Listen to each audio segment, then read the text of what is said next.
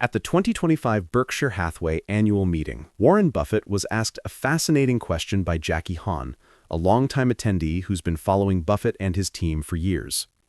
He asked, "Why are you still buying stocks instead of more property?"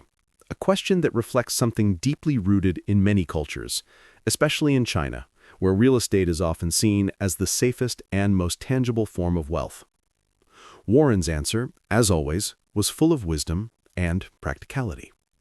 Well, in respect to real estate, it's so much harder than stocks in terms of negotiation of deals, time spent, the involvement of multiple parties in the ownership. Usually when real estate gets in trouble, you find out you're dealing with more than the equity holder.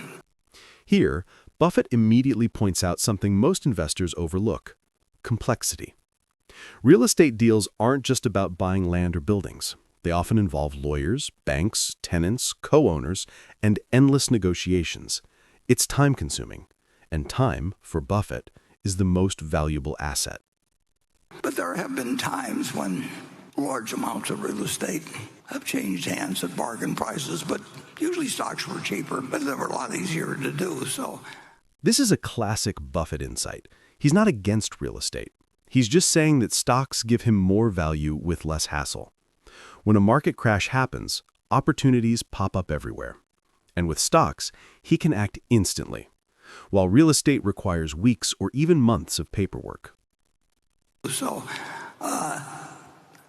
Charlie did more real estate. Charlie enjoyed real estate transactions, and he actually did a fair number of them in the last 5 years of his life. But he was playing a game that, and it was an interesting game to him. But I think if you'd asked him to make a choice when he was 21, he had to either be in stocks exclusively the rest of his life or real estate the rest of his life, he would have chosen stocks in a second. Here, Buffett pays tribute to his late partner, Charlie Munger. Munger enjoyed the game of real estate, the human interaction, the strategy, the challenge. But even he, Buffett says, would have picked stocks for the long run. Why? Because the stock market offers far more opportunities, and not just in volume, but in speed and flexibility. When you walk down to the New York Stock Exchange, you can do billions of dollars worth of business totally anonymous, and you can do it in 5 minutes. And the trades are complete when they're complete. This is where Buffett contrasts the simplicity of stock investing with the messiness of real estate.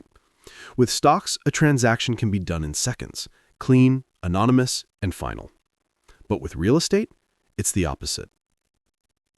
In real estate, when you make a deal, a big deal with a distressed lender, when you sign the deal, then you go into another phase. I mean, then people start negotiating more things, and it's a whole different game.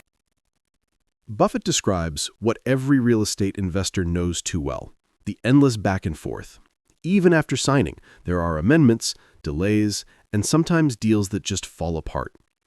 And for a 94-year-old investor who values efficiency, Buffett says it plainly: it's just not worth the time. We did a few real estate deals that came our way in 2008 and 2009, but the amount of time that they would take us compared to doing something intelligent and probably better in securities, there was just no comparison. During the 2008 financial crisis, Berkshire Hathaway saw plenty of opportunities in both real estate and stocks. But Buffett realized that every real estate deal required hours of negotiation, legal work, and coordination. While with stocks, he could move hundreds of millions of dollars in seconds and get immediate results. It's efficiency over complexity. I mean, in a real estate deal, every sentence is as important as a person, and in stocks, if somebody needs to sell 20,000 shares of Berkshire or something, and they call us and the price is right, it's done in 5 seconds. That one sentence captures Buffett's entire philosophy. Simplicity wins.